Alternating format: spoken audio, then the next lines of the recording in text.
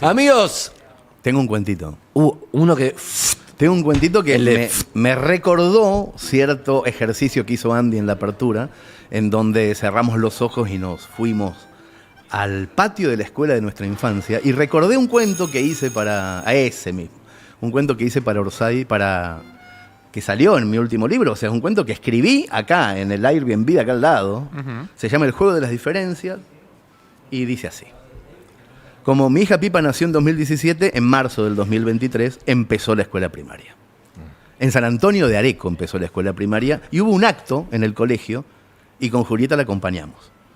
Acostumbrado a llevarla al jardín todas las mañanas, me sorprendió verla formar con chicos mucho más grandes. Ella era, de repente, la más chiquita de un grupo enorme. Mientras las maestras y el director daban la bienvenida a las familias por micrófono, a mí la cabeza se me fue sin querer a mi primer día de escuela. Como yo nací en el 71, en marzo del 77 empecé la escuela primaria, en la ciudad de Mercedes. También hubo un acto en el colegio. Primera diferencia, mis padres no estaban en ese acto.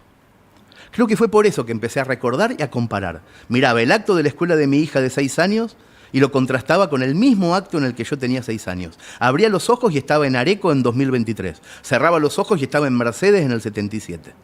¿Por qué no había padres en mi acto? Y en el de mi hija sí, estaba lleno de padres. Seguramente no se usaba en esa época. Entonces, como en los juegos de las diferencias, empecé a buscar lo que me hacía ruido entre los dos actos. Había un montón de cosas parecidas. Eran 2 pueblos de provincia, los chicos y las chicas estaban nerviosos por su primer día escolar, Mirta Legrand negociaba su regreso a la televisión, mi hija y yo, ambos en primer grado, sentíamos la incomodidad de ser los más pequeños. Las 2 banderas tenían los mismos colores y los maestros y maestras estaban mal pagados. En las 2 épocas pasaba eso, pero las diferencias, sobre todo, eran tremendas. A mi acto de Mercedes, en 1977, había asistido el exalumno más famoso de la escuela que a la vez cumplía un año como presidente de la nación. No, fue... En el acto de mi hija no había patrulleros en la puerta ni soldados en los pasillos escoltando a nadie. Al acto de la escuela de mi hija en marzo de 2023 había padres, madres, abuelos sacando fotos con sus teléfonos. En mi acto no hubo familias ni tampoco había murmullos. Fue un acto marcial. Debíamos estar muy derechos para ver llegar al presidente. Y había un silencio de muerte. En el acto de mi hija en 2023, el director de la escuela, Daniel, y la maestra de inglés, Miss Mary, cantaron una canción de un autor que en el acto mío del 77 estaba prohibido cantar. En el acto mío del 77, el presidente de la nación nos visitó y también nos dijo que había ido a la misma escuela y nos regaló una enorme jaula de pájaros, de 3 módulos, con muchos pájaros adentro, que unos soldados empotraron en el patio del recreo para que nosotros pudiéramos ver durante toda la primaria que los pájaros debían estar enjaulados. En el acto de mi hija Pipa había miles de cotorras y de gorriones en los árboles de la escuela. Pero ninguna de todas, esa fue la diferencia más grande. La gran diferencia ocurrió al final de los 2 actos, en el de mi hija y en el mío. Cuando en 1977 el acto terminaba, alguien puso en un tocadisco el himno.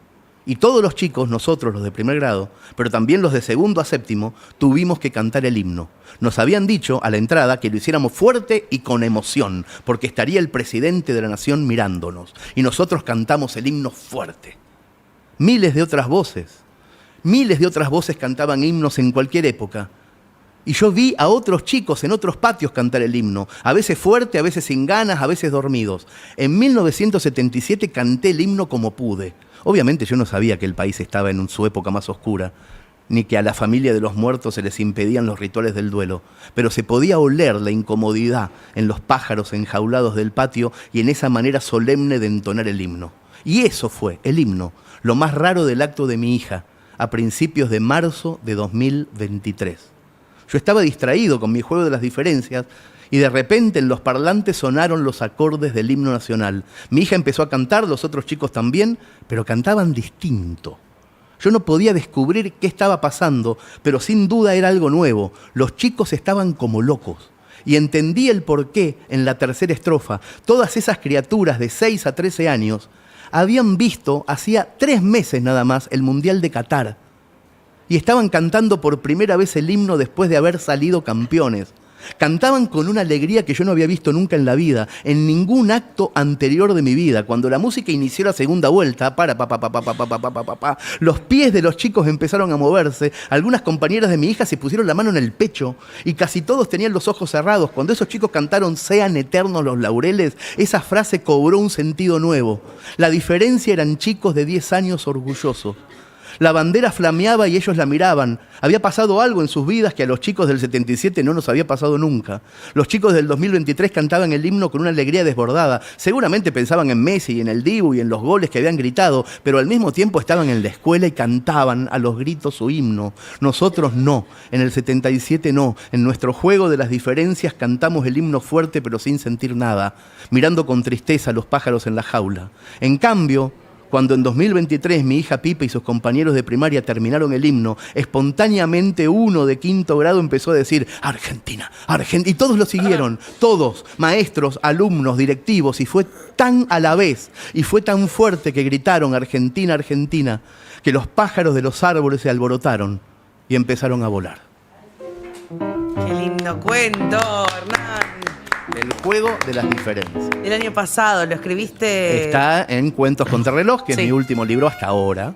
Es mi último libro hasta ahora. Y después está este, que no está en mi colección y que está solamente en librería. Se llama La valija de Lionel y otros cuentos alrededor del fútbol. Gracias, Hernán. Espectacular. A ustedes. Como siempre. 11:27 minutos, tanda y ya volvemos. Déjame contarte antes qué bueno, hablando del clima, con este frío que va y viene, termino siempre resfriado, por suerte.